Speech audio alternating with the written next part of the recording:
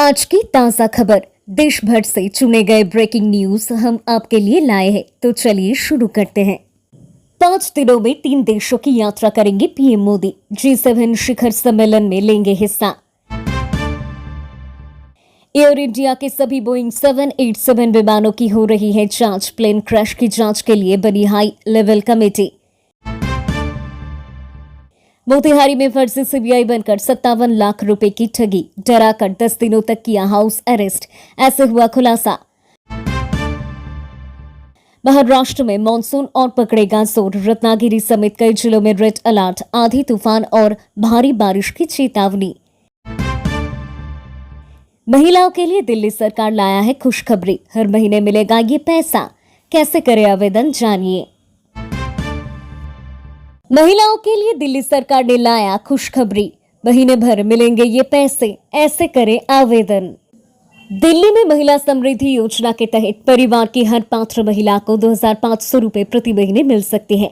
सूत्रों के मुताबिक योजना को लागू करने के लिए मुख्यमंत्री रेखा गुप्ता की अध्यक्षता में बनी मंत्रियों की समिति की पहली बैठक में इस पर सहमति बनी है।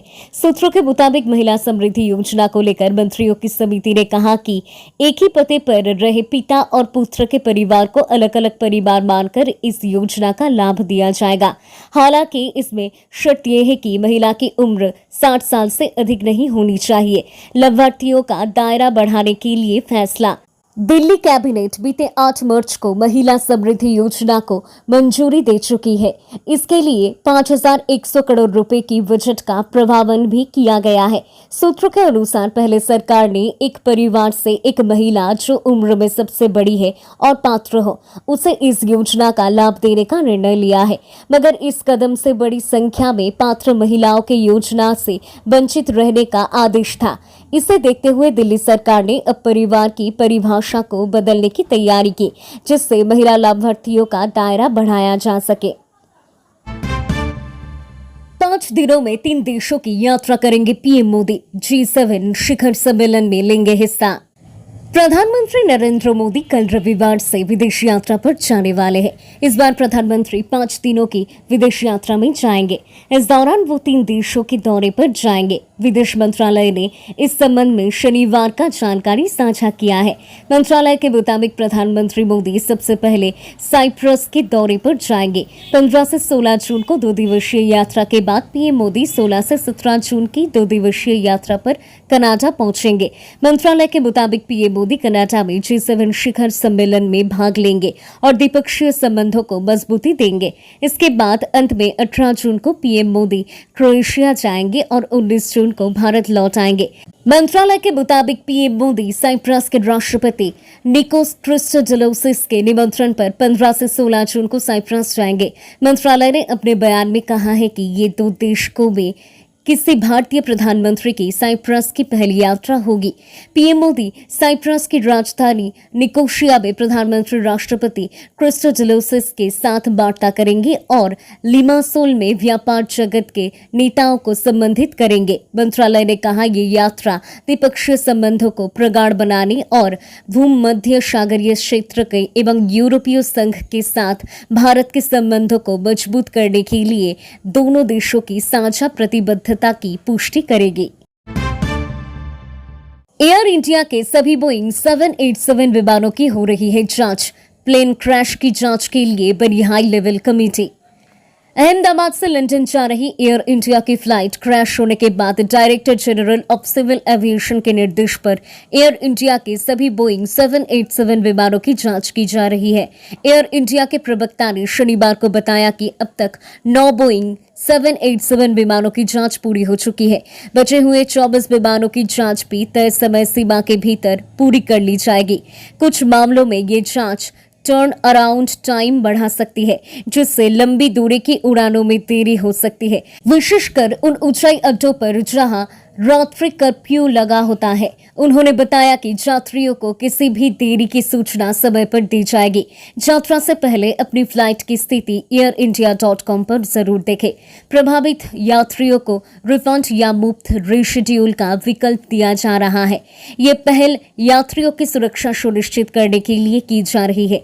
केंद्रीय नागरिक उड्डयन मंत्री राम मोहन नायडू ने बताया कि प्लेन हादसे में मारे गए अन्य लोगों की पहचान के लिए सरकार गुजरात के अधिकारियों को साथ लेकर डीएनए टेस्टिंग करा रही है। पहचान जाहिर होने के बाद संबंधित परिवार को शव सौंप दी जाएगी। हमारी पूरी कोशिश है कि इसे जल्द से जल्द ही पूरा कर लिया जाए। मोतिहारी में फर्जी सीबीआई बनकर 57 लाख रुपए की ठगी, डराकर 10 दिनों तक किया हाउस अरेस्ट, ऐसे हुआ खुलासा। मोतिहारी में कृषि विभाग के रिटायर्ड कर्मचारी को 10 दिनों तक हाउस अरेस्ट कर 57 लाख की ठगी की गई। ये फ्रॉड फर्जी सीबीआई बनकर देश की चर्चित नरेश गोयल मनी लॉन्ड्रिंग मामले में नाम होने के बहाने किया गया। रिटायर्ड कर्मचारी दिलीप कुमार को कहा गया कि वो मनी लॉन्ड्रिंग मामले में शामिल है। कर्मचारी का पैन कार्ड इस्तेमाल होने का भय दिखाकर साइबर ठग ने रुपए पैंट लिया है और खुद को सीबीआई अधिकारी बताकर धमकी भी दी। अब इस पूरे मामले का पर्दाफाश हो गया है। सीबीआई कार्यालय का फर्जी वीडियो दिखाने वाले आरोपी ठग को गिरफ्तार कर लिया गया है। इस अंतर्राज्यीय साइबर ठग पर कुल 8 राज्यों में 21 से अधिक मामले दर्ज की गई है। दरअसल मोतिहारी निवासी कृषि विभाग के रिटायर्ड कर्मचारी दिलीप कुमार को एक फर्जी कॉल आया था, जिसमें अपने को सीबीआई अधिकारी बताते हुए एक शख्स ने कहा कि देश के चर्चित जेट एयरवेज में संस्थापक नरेश गोयल मनी लॉन्ड्रिंग में तुम्हारा नाम आ गया है, क्योंकि तुम्हारा ही पैन कार्ड इस्तेमाल हुआ है। साथ ही सीबीआई कार्यालय का फर्जी वीडियो दिखाकर रिटायर्ड कर्मचारी को डराया गया। वहीं फोन पर ही फर्जी अधिकारी ने जान मारने तक की धमकी भी दे डाली। भय में आने के बाद साइबर फ्रॉड के कहे अनुसार 2 फरवरी 2025 को दिलीप कुमार और उनकी पत्नी ने बैंक के खाता से 57 लाख रुपए साइबर ठग के बताए गए विभिन्न खातों में ट्रांसफर किया गया। इसके बाद कृषि विभाग के रिटायर्ड कर्मचारी ने मोतिहारी के साइबर थाना में आवेदन देकर न्याय की गुहार लगाई। इसके बाद मोतिहारी पुलिस की जांच के अनुसार रिटायर्ड कृषि कर्मचारी के जरिए सबसे पहले आकाश मुखर्जी कटिहार जिला निवासी के खाते में पैसे के ट्रांसफर साक्ष्य मिला। मोतिहारी पुलिस अधीक्षक स्वर्ण प्रभात ने मामले में साइबर एएसपी के नेतृत्व में एक विशेष टीम का गठन कर कटिहार निवासी आकाश मुखर्जी को गिरफ्तार करने को भेजा, जहां मोतिहारी पुलिस एवं कटिहार जिले के सहायक थाना कटिहार के सहयोग से गुरुवार को उसे गिरफ्तार कर मोतिहारी लाया गया। महाराष्ट्र में मानसून और भी पकड़ेगा जोर, रत्नागिरी समेत कई जिलों में रेड अलर्ट, आंधी तूफान और भारी बारिश की चेतावनी। महाराष्ट्र के कई हिस्सों में बारिश हो रही है। दक्षिण पश्चिम मानसून के जोर पकड़ने के बीच भारतीय मौसम विज्ञान विभाग ने महाराष्ट्र के कई जिलों के लिए रेड और ऑरेंज अलर्ट जारी किया है। 14 जून को रायगढ़ और रत्नागिरी जिलों के लिए रेड अलर्ट जारी किया गया है। मौसम विभाग ने कोंकण तट पर भारी से लेकर बहुत भारी बारिश का अनुमान जताया है। मौसम विभाग ने रविवार के लिए पालघर, ठाणे और रायगढ़ के लिए ऑरेंज अलर्ट जारी किया है। इसके साथ ही रत्नागिरी जिला के लिए रेड अलर्ट जारी किया गया है। वहीं आईएमडी ने मुंबई के लिए येलो अलर्ट जारी किया है। इस तीव्र मौसम के कारण संवेदनशील क्षेत्रों में अचानक बाढ़ और भूस्खलन की स्थिति बन सकती है।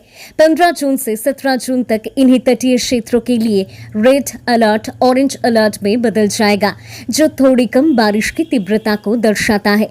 दक्षिण कोंकण गोवा के जिलों में स्थिति और भी गंभीर होने की संभावना जताई गई है, जहां गरज के साथ बिजली चमकने और तेज हवाएं चल सकती है। हवा की रफ्तार 50 से 60 किमी प्रति घंटे की हो सकती है। साथ ही भारी से बहुत भारी वर्षा होने का अनुमान है। अलग अलग स्थानों पर भारी वर्षा की वजह से जलभराव और बाढ़ जैसी स्थिति बन सकती है। उधर पुणे शहर में 12 जून से बारिश में बढ़ोतरी दिखी गई है।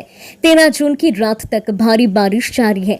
आईएमडी ने भारी बारिश की आवश्यकताओं का हवाला देते हुए 14 जून के लिए पुणे और आसपास के घाटों के लिए ऑरेंज अलर्ट जारी किया है।